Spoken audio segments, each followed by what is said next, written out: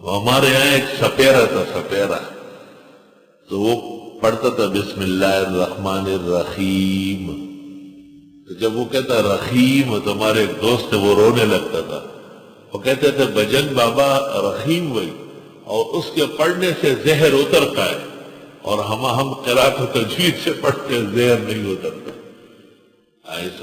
ایک آدمی کو سانپ نے ڈسا تھا تو انہوں نے ایسا پکڑ لیا اسے اور بسم اللہ پڑھنا شروع کر دیا، میں نے خود دیکھا ٹس ٹس ٹس نیچے زہر گرنے لگا، اور تب چھوڑا اس کو، پڑھتا رہا کہ وہ بالکل کسوڑی کی طرح خالی ہو گیا۔ مشق اور اس محنت کے ساتھ اللہ کی نصرت اور مدد شامل حال ہوتی ہے۔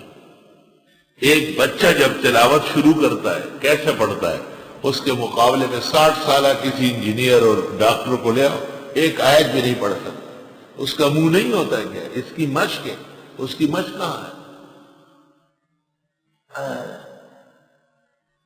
بہت زمانہ ہو گیا، داخلے کے لیے میں خود بیٹھتا تھا، داخلے ہو رہے تھے، 2 طالب علم آئے، غالباً دونوں بھائی تھے، ایسے 9 سال 10 سال کی عمر ہوگی۔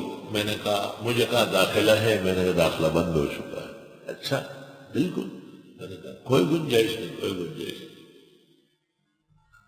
تھوڑی دیر بیٹھے رہے، پھر مجھے کہا ہم تلاوت کرتے ہیں، چند آیات پڑھ کے سناتے ہیں، پھر اجازت لیں گے۔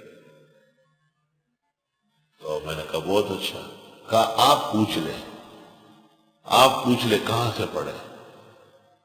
میں نے ایک جگہ بتائی، انہوں نے تلاوت کی، اور کوئی جگہ پوچھی، میں نے 8-10 جگہ پوچھی اور وہ پڑھتے رہے، میں حیران ہو گیا۔